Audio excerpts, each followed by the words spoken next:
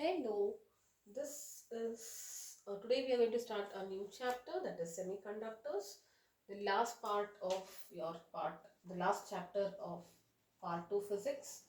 We are going to discuss about semiconductors, semiconductor devices, what is electronics, and simple circuits. It's not there, so we're not worrying about circuits. That's all we will be studying.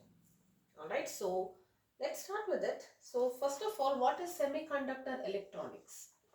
See, you had started the first chapter of physics in part 1 with electrostatics, that is charges at rest, and then you switch to current electricity, that is moving charges.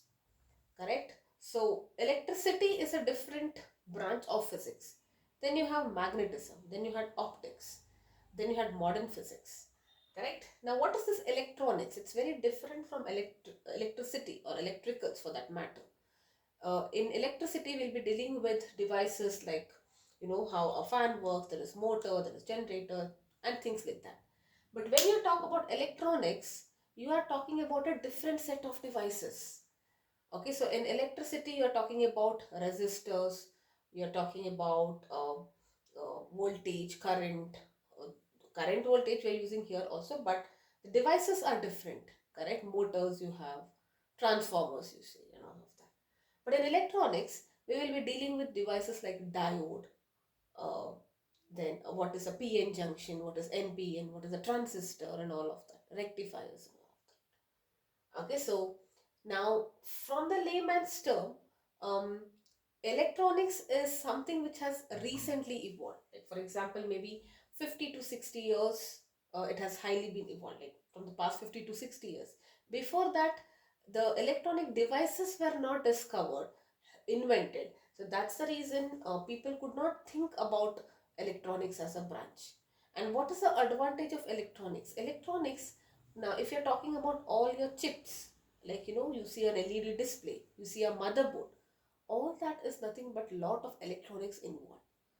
Something which would have otherwise taken, um, like for example, if you remember in early days when computer was invented, it had a huge setup. Like the CPU was like as big as like half a room or something. And only with the invention of electronic devices, they could fit that exact components into a smaller size, that is a smaller board or a motherboard, and because of which everything became flat. I mean, the size of the appliance got actually reduced. Now if you talk about washing machines, there is a motor which runs and does the work for you, that is the electrical part. All right, the electricity you're passing and you're making the there's a motor inside that machine which is making that spin and all that. But the electronics part is talking about the display interface, showing the error. There is a sensor which receives, which understands when to cut down the water level. Okay, there is a sensor which actually tells you what the error is. So that interface is nothing but electronics. So you see, in and around, you have, there is a lot of thing which is mutual between electricity, electronics, and then recently we have computers. So if you see the hardware of computers, there is electric current required, there is a motherboard, that is electronics, and finally you have the software part, which is what you see. Correct? Now, as a software engineer, you don't need to really get into all these details. But if you are to work on the hardware side, like you want to work on the motherboard, you want to design a motherboard, you need to know everything in electronics. Alright, so and this is the first initial attempt to understand what electronics is. So, what is this electronics? It's a branch of science, or rather, I should say, it's a branch of engineering which deals with the generation of electrons. So, it talks about how electrons and current are generated. Okay, generation of electrons, point number one. Or it can be any other charge carriers also, need not be electron as such, any charge carriers, controlling their flow. Okay, this is the main part. It is not, because we can generate electrons using electrical devices also. Correct, you create a potential difference, electron starts moving, that's fine. But here, more important is controlling their flow. Controlling their flow using fields. Okay, you are using electric fields to control their flow and for some many other functions. So basically, now if you talk about a motherboard, it should know when exactly should it increase or when exactly it shouldn't have a current, right? So all those, there are many other functions also. Only when you get acquainted with the terms, you will understand what is the scope of electronics. But it is a huge branch as such. There's an engineering stream, right? You're dealing with electronics and communication, or you're mixing electronics with electricals, right? So it itself is a big branch as such, wherein you are trying to deal with the hardware. You're trying to generate a motherboard. Like if the requirement is this, what should my board look like? How do I create? There is a little bit of logic also involved with simple circuits. Okay, so that is what is electronics. The initial thing was only dealing with simple circuits to control and send messages, but these days you can even program the motherboard, and that exactly is the hardware programming that we talk about. You can use a computer, send information to the motherboard to do something, okay, through a set of code, through a set of well defined sequences of information, of instructions, and that's what we call as a code. But anyways, I'm not getting into the details here, but you should be clear about what is electronics, right? So I can say that electricity is dealing with resistors and only about how much current is flowing, and with that current what you can do, you can maybe light a bulb, there is heating effect, there is you can do work like using a motor, you can generate current using generators. That is all it is. You're using electricity to do some work. That is electrical engineering. Of course, it is not just that, there is much deeper aspect, right? Like if you have to design a motor, how should you design? The design part is separate, but it deals with these concepts. And when you talk about electronics, you are having another set of electronic devices, and you study that, and then you integrate it with electricity to get a proper hardware and a firmware, and that's exactly what is electronics. You'll be dealing with a different set of devices. We'll be dealing with semiconductors here. And semiconductor electronics is the initial path to electronics because that forms the base for you. All right, so let's now talk about, now if you're talking about, before I get into the band theory and all that, initially you used vacuum tubes. Like what is a vacuum tube? You have an anode and a cathode separated by vacuum, uh, and they were very much bulkier in size and all that. It consumed a lot of power. Reliability was also low. Even the shelf life also low. Okay, so slowly those vacuum tubes were replaced with solid state devices, and they replaced the vacuum tubes. That's how with the introduction of electronic devices, the negative outcome, I should not say negative outcomes, the drawbacks of pure electrical devices were slowly, they started getting lesser and lesser. Okay, so this made things easier basically. How do they make things easier? To know that, you have to know what is it first, right? So this chapter, most of the second portion is deleted, so we'll be only dealing with the basic terms, and that basic term is good enough for you to actually understand the initial introduction of electronics. Alright, so introduction went a little longer, but it was important. Now let us talk about the band theory of solids.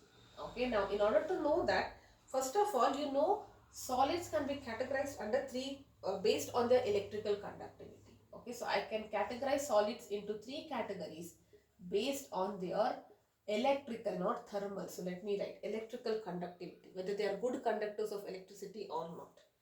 Correct? You have conductors, you have semiconductors, and you have insulators. You know very much difference between the two. Conductors are generally metals, they are good conductors of electricity. That means if I create a potential difference, current can flow through it. Insulators, current will not flow. Even if I connect the terminals to a battery through a plastic or through this pen, this is an insulator. No current can flow through it. Now, what is this semiconductor? They are in between. Alright, so let's talk about that. Now, what comes under conductors? You have metals and you have alloys. Alloys are also good conductors. Correct? Both are good conductors, and the reason is because there is a lot of free electrons. We already know that, you studied this, correct? And next is coming, next, semiconductors have the best conductivity. After that you have, the conductors have the best conductivity. Alright, very good conductors. And insulators are very poor conductors, correct? um, they do not conduct, they don't have electrons, free electrons to conduct, no charges, they do not conduct. Semiconductor lie in between, correct? Their conductivity of semiconductors, conductivity, and which conductivity? Electrical conductivity is less than of conductors, but it is greater than of insulators. They are in between.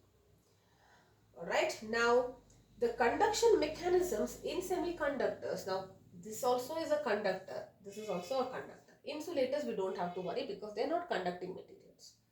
But between the two, the conduction mechanism in the case of semiconductors are actually, it's quite different from that of a metallic conductor. Okay, metallic conductor, I told you, free electrons. In semiconductors the concept is a little different. How are they able to conduct? What is the mechanism? That is what we'll be studying. Okay, so the mechanism is not the same. It is not like they also have a lot of free electrons. If that was the case, then why should you differentiate this? You could have as well classified them under conductors only. Correct? So both are conductors. Their conductivity of semiconductor is slightly lesser than conductors, and their conduction mechanism is also different. Alright, and main thing, let us talk about conductor and semiconductors. 2 points which you should know, which are super important, which can be asked in your exams also, is this. Now let us talk about voltage.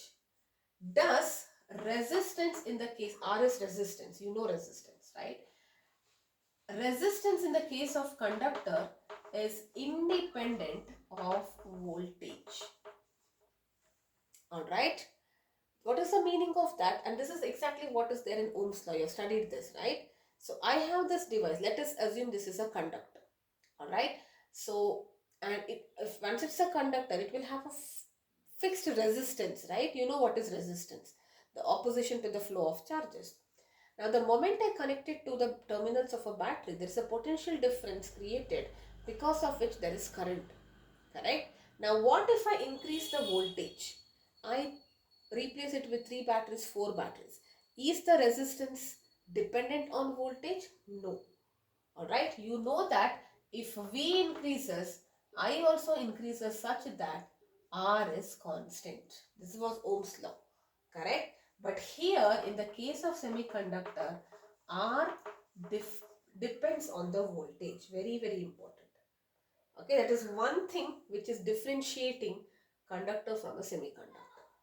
And you have also seen that in the case of conductors, if the temperature increases, the conductivity, the resistance will also increase, because the particles are now getting energy. They start vibrating, and the electrons which want to flow and cause, uh, create current, or you know enable the current to flow, they are getting resistance from this hyper excited atoms or ions. Correct? So there is more resist, there is more opposition. More the opposition, more is the resistance. So, and you have seen that also, R is equal to R naught into 1 plus alpha T. We have studied that in current electricity. Correct? But anyways, so if the resistance increase, if the temperature increases, now the resistance of a conductor also increases, because the ions and atoms are hyper excited, they are in vibration, and there is more opposition to the flow of charges. But here resistance is inversely proportional to temperature. That's the beauty of semiconductors. That is what differentiates the two. Alright, now what is this I have told you the reason. This I haven't come across the reason yet, because to understand the reason we need to study about energy bands. Only after that we can understand why the resistance will decrease with the increase in temperature, or why conductivity improves with temperature in the case of semiconductors. To understand that, we need to get into a little bit of things. But if I draw a graph, how will the graph look like for conductors? If I say temperature versus resistivity, it will show like this. But here it will show like this because inversely proportional. Alright, so I hope this is clear. Now, the variation of resistivity with the temperature. You can see that as the temperature changes, conductors behave in a different way. The resistance of the conductors behaves in a different way as compared to semiconductors. So to understand why, we need to know the band theory of solids. And to know the band theory of solids, you need to understand the formation of energy bands. And to know that formation of energy bands, we need to get into the details. What exactly is the energy band? Alright, so let's now try to understand that. I'm going a little slow here because otherwise it's just a theoretical subject. You can just memorize and you can still do with it, but it's important to learn and it's very interesting if you actually go deeper. So that's the reason I'm going a little deeper. Alright, so now let us take the case of sodium. I'm just taking some random metal. Okay, sodium, atomic number is 11. So the configuration is this. Okay, now if you are focusing on one sodium atom, you will have 1s orbital. I'm not drawing the shape and all that, where there are 2 electrons. Okay, then there is 2s orbital, which also has 2 filled electrons. 2p6 it is, sorry, yes. And then you have 2p6, which also has filled, and 3s will have 1 electron. This is how the configuration looks like, right? This is for one sodium atom. Now, if you have many sodium atoms, which is typically the case, right?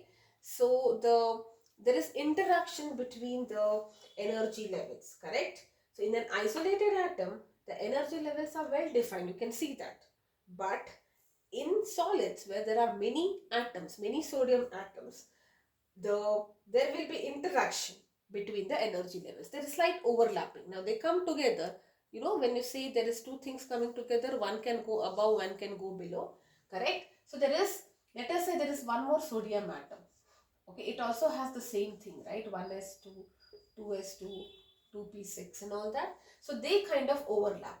These two will interact, these two will interact, these two will interact, and these two will interact. Similarly, if there are many sodium atoms, the energy levels of this, the energy levels or the orbits of the same energy will interact. Alright, so they try to interact, there is interaction. So I can say that if there are two, I will have two lines.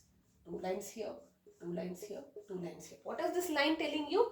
That there is interaction, overlapping. Okay, so 1s orbital of this, 1s orbital of this, there is overlapping. One comes above, one comes below, maybe. Now, if there are multiple sodium atoms, okay, so you will have many lines like this, correct? Many lines like this. And that collection of many lines is what we call as a band.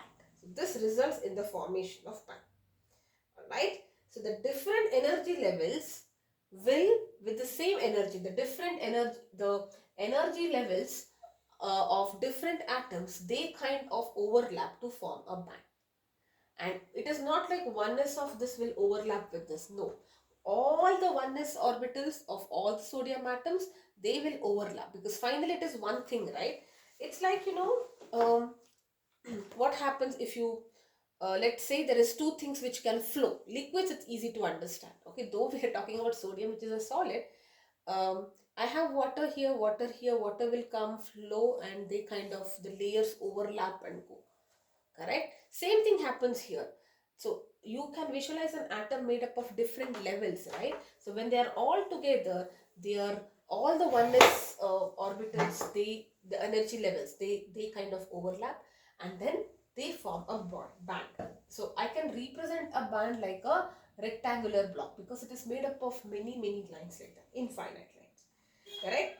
Now the energy levels with continuous variation is what we call as a band. Energy band. Okay, so it's basically nothing but a overlapping of energy levels. Now, in electronics, we no longer deal with energy levels. We now deal with energy bands. Having understood what is energy band, we are only talking about energy band from now. Okay, that's the reason we were now introduced to energy band. Okay, so what you need to visualize, what is an energy band? Energy band is nothing but all the orbitals of the same energy, they kind of overlap and they kind of interact. There might be overlapping, one might go up or below, whatever it is. Okay, and it's like what happens when I have 10 apples together if I bring them. Okay, so maybe when they make a group, one apple might be down, up, and all that, right? The same thing here also, correct? And that is what is nothing but a band. Now there are two types of energy bands. Okay, you have something called as the conduction band and you have something called as the valence band. Alright, so what is this? The group of energy levels with the continuous energy, we call it as energy band, we have understood. The energy band which is occupied by these electrons, they are called as valence band.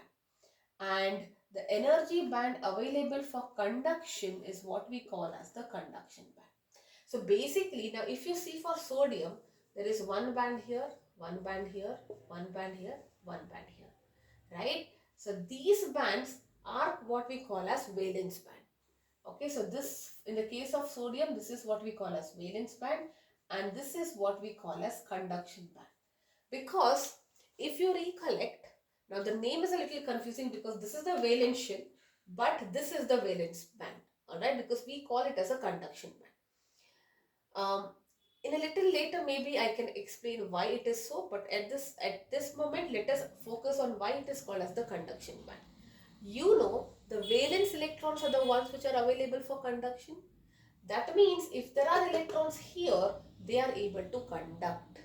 So all the valence shells, they overlap and they form the conduction band. Alright, and what is this valence band? It is the inner shells overlapping. Collectively they are called as valence bands. Alright, yes, free electrons is what we call as conduction band, and the lower layers collectively they are called as valence bands. Now sometimes in some books they give it like this, that valence electron is valence band and free electron is conduction band. Okay, so that's a little confusing. Um, I personally feel this is the correct way, that the valence electrons are the ones which are available for conduction, so they should be the conduction band, and the lower layers collectively are called as valence bands. Anyways, don't get so confused, just focus on this. Now you have a conduction band, correct, and this is made up of different energy, and you have the valence band which is also having a different energy level. This difference in energy is what we call as the energy gap, EG. Okay, so what is energy gap? Energy gap is the difference in the maximum energy of valence band and the minimum energy of conduction band. You see, valence band has internally it has got different energies, right? This is low energy, little high, high, high, high, maximum energy. Conduction band, low energy, maximum energy. So the difference in the energies between maximum valence band and minimum conduction band is what we call as the energy gap. Now depending on this energy gap, you will be classifying substances as conductors, semiconductors and insulators. Alright, see, we understood conductors as those materials like metals and alloys which can conduct electricity. Insulators which do not conduct electricity. Semiconductors are like in between, alright, they are conducting, but their conductivity is not as good as conductors. That's what we understood. And we also understood in terms of resistance. But why are the conductors good conductors? What is that physics behind that? That is explained using the energy gap. Alright, now if you take the case of conductors, there is overlapping of the conduction and the valence band. Okay, so they are overlapping. So this much is conduction band, this much is valence band. So we say energy gap is 0 in the case of conductors. In the case of semiconductors, there is a little gap. Okay, so let us say this is my conduction band, valence band. There is a little energy gap. This is at 0 Kelvin, absolute 0, not 0 centigrade, 0 Kelvin, okay, minus 273 degrees centigrade. So there is a gap between the conduction band and valence band at 0 Kelvin. That's the reference for us. And insulators, there is a huge gap. This gap is even more. This is my conduction band, this is my valence band, this is even more. Alright, so that is how I define a conductor, semiconductor and insulator in terms of bands. Alright, so in the case of conductors, the valence band and the conduction band are overlapped. Eg is 0, and conduction band is largely filled with electrons even at 0 degree centigrade. Even at 0 degree Kelvin, a conductor will always remain as a conductor. The conduction band is having so many electrons because the valence, these electrons can also jump and all that. Alright, so there are a lot of electrons in the conduction band. Finally, conductivity is dependent on how many electrons are there in the conduction band. But because there is overlapping, the valence electrons can move into the conduction band as well. Alright, now let's talk about semiconductors. The energy, now at 0 degree Kelvin, this is very important. Okay, so maybe I will just clear this and show it here again.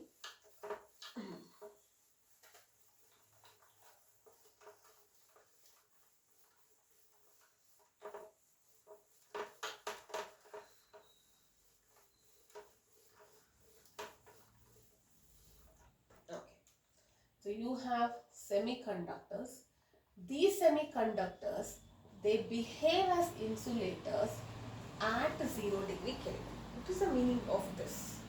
Alright, see, you have a conduction band. This is my conduction band, and you have a valence band. Okay, now at 0 degree Kelvin, there are a very few electrons in conduction band, and there are more electrons in the valence band. This is at 0 Kelvin. Alright, so they behave as insulators because not much electrons are there for conduction. Alright, now what happens, and let us talk about the energy gap. The energy gap is less than 3 electron volt. Okay, that means if I give an energy of 5 electron volts, the electrons are capable of jumping, and the electrons in the valence band can come to conduction band and they can become a conductor now. Semiconductor, at 0 Kelvin it is insulator, but at a higher temperature they can behave as conductors, right? So that is what it is. Alright, now the energy gap is small. Because of this very small energy gap, what happens at a room temperature? I told you at 0 Kelvin they are perfect insulators. Semiconductor, semi means what? Half. Sometimes insulators, sometimes conductors. At 0 Kelvin, insulators. At room temperature, compared to 0 Kelvin, the temperature is more, right? That means there are some electrons at room temperature, they can jump here, and there will be more electrons at room temperature. Alright?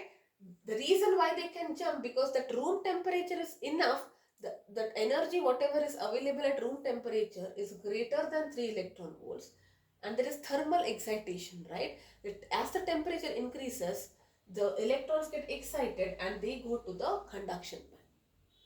And that's the reason in the, okay, first let me complete this. Okay, I'll complete insulators, then I will come back to why resistance increases with the temperature in the case of conductors, why it decreases in the case of semiconductors. Okay, now I'll not come to that topic yet. Now, I hope this part is clear that at room temperature it is insulator, sorry, at 0 Kelvin it is insulator, semiconductors. At room temperature, the temperature or the heat is enough for the electrons present in the valence band to get excited and overcome this energy gap and move to the conduction band. Correct? And once they go to the conduction band, they will behave as a conductor. Okay, so they are now no longer an insulator, they are able to conduct, and they are better than insulators. Now what happens in the case of insulators? In the case of insulators, this gap is huge. Okay, so it is greater than 3 electron volts. So at a room temperature, at 0 Kelvin, they are anyway insulators. At any temperature, they will be still an insulator, because no matter there is energy supplied, the gap is so huge that electrons cannot make a transition from the valence band to the conduction band because the energy gap is large. So even if, at very high temperatures, maybe that is negligible. Alright, even if there are some electrons which are moving, that electrons, there is no decent amount of electrons which are available for conduction. So we say it is of negligible conductivity. Alright, so I hope this much is clear. Conduction, how do you define conductors, insulators and semiconductors? Based on the energy gap and the concept of energy bands. Okay, conductors even at 0 Kelvin, they are able to conduct. Insulators at 0, semiconductors at 0 Kelvin, insulators, because they cannot overcome the energy gap. At room temperature, the energy present at the given room temperature is greater than 3 electron volts. Some of the electrons from the valence band can jump into the conduction band, and therefore the conductivity will increase. So from insulator, now the semiconductor has become a conductor at room temperature. Similarly, if you are increasing the temperature more, there will be more electrons which are jumping into the conduction band up to a particular level. And insulators, no matter you do whatever, you cannot cross that energy barrier, so they will always be insulators. Okay, now let us talk about the question. I told you, in the case of semiconductors, if you increase the temperature, resistance will decrease, conductance will increase. Because when resistance decreases, conductance will increase. Why is it? This is the explanation. If you increase the temperature, the electrons in the valence band, they get excited, thermally excited. They have enough energy to cross the energy barrier and get into the conduction band. And once they come into conduction band, it is available for conduction. It is free now. Alright, it's available for conduction. Alright. So because there are more electrons available for conduction, if the temperature increases, resistance decreases or conduction increases. Now you might ask me, if that was the case, what happens to the conductors? In the case of conductors, this is what happens. Why? The reverse happens. See, in the case of conductors, there is already an overlapping. Now, if you are heating it up, electrons will jump here, no doubt about it. Very easily can they jump. And there is more crowding here. Already there were many electrons. Now you are forcing the electrons in the valence band also to go. They were already overlapped. Okay. Now, if you heat it, there is more crowding only. And that is why the resistance will increase. There is more collision, more crowding. Therefore, resistance increases. But here, initially it was not crowded. So some electrons could jump and they could, it was like a constructive thing. They say, too many cooks spoil the, broth, right? If you have decent amount of people, it is a good thing. Okay. Now here, there are too many people who are cooking.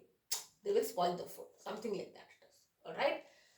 So that is the reason why I told you beginning, I'll tell you the reason. I'm now telling you the reason why in the case of semiconductors, increase in temperature improves the conductivity, whereas in the case of conductors, increase in temperature reduces the conductivity because of too much crowding.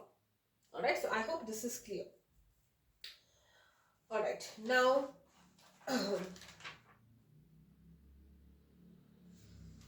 okay, probably I will end this video here. Okay, so because the next topic is all related. Okay, so I have to talk about what is doping, what is the concept of hole, intrinsic, extrinsic, in detail, N-type, P-type and all of that. Then we will be talking about PN junction or a diode, PN junction in forward bias, PN junction in reverse bias, and that's all it is. Alright, so I'll stop this video for now. This is just a general intro. You can go through it and let me know if there are any doubts.